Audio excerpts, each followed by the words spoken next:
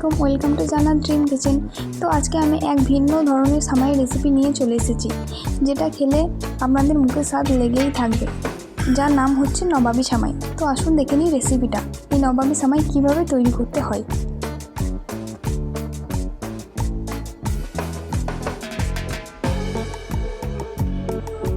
প্রথমে আমি কড়াইয়ের মধ্যে 2 চামচ ঘি দিয়ে দেবো। ঘি দেওয়া হয়ে গেলে কাজু বাদাম কুচি, কাঠবাদাম কুচি আর কিশমিশ দিয়ে ভালোভাবে ভেজে নেব।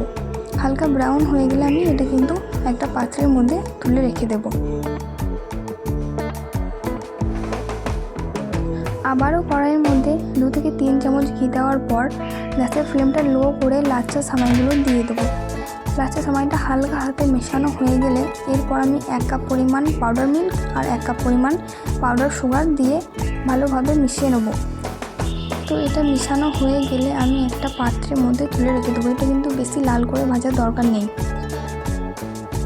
আবারও কড়াইয়ের মধ্যে আমি আগে থেকে জাল করে রাখা 4 কাপ দুধ আমি 2 কাপ করে নিয়েছি। ওই দুধটার মধ্যে আমি 1 কাপ পরিমাণ মতো পাউডার মিল্ক আর 1 কাপ পরিমাণ মতো কাস্টার্ড পাউডার দিয়ে ভালোভাবে মিশিয়ে নিয়েছি। এরপর আমি কনডেন্স মিল্ক দিয়ে নিলাম। এখানে কিন্তু অনেকজন ক্রিম ইউজ করে, কিন্তু আমি ক্রিম ইউজ করি নাই। তোমাদের কাছে অ্যাভেলেবেল থাকলে তোমরা ইউজ করবে। এখানে আমি ভালো ফ্লেভার আনার জন্য 2 থেকে 3 ফোঁটা কেওড়া জল ইউজ করেছি। তারপর গ্যাসের ফ্লেমটা অন করে কিন্তু আমি অনবরত নেড়েই যাচ্ছি। অনবরত নাড়তে হবে, না হলে কিন্তু এই কাস্টার্ড পাউডার দেওয়ার কারণে দলা পেকে যাবে আর পারফেক্ট তোমরা বানাতে পারবে না। তো এখানে আমার ক্রিমটা একদম পারফেক্ট তৈরি হয়ে গেছে। তো এখানে আমি একটা পাত্রের মধ্যে লাচ্ছা সামাইগুলো ভালোভাবে সেট করে নিচ্ছি। সেট করা হয়ে গেলে এরপর ওই কাস্টার্ডের ক্রিমটা দিয়ে নেব।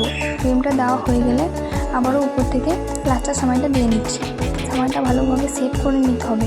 সেট করা হয়ে গেলে আগে থেকে ভেজে রাখা ড্রাই ফ্রুটগুলো দিয়ে নিচ্ছি।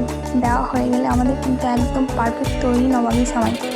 নবাবী সামাই কিন্তু একদম ঠান্ডা ঠান্ডা খেতে হয়। তো ফ্রিজ করার পর আপনারা পরিবেশন করবেন। তো দেখা হচ্ছে নেক্সট ভিডিওতে।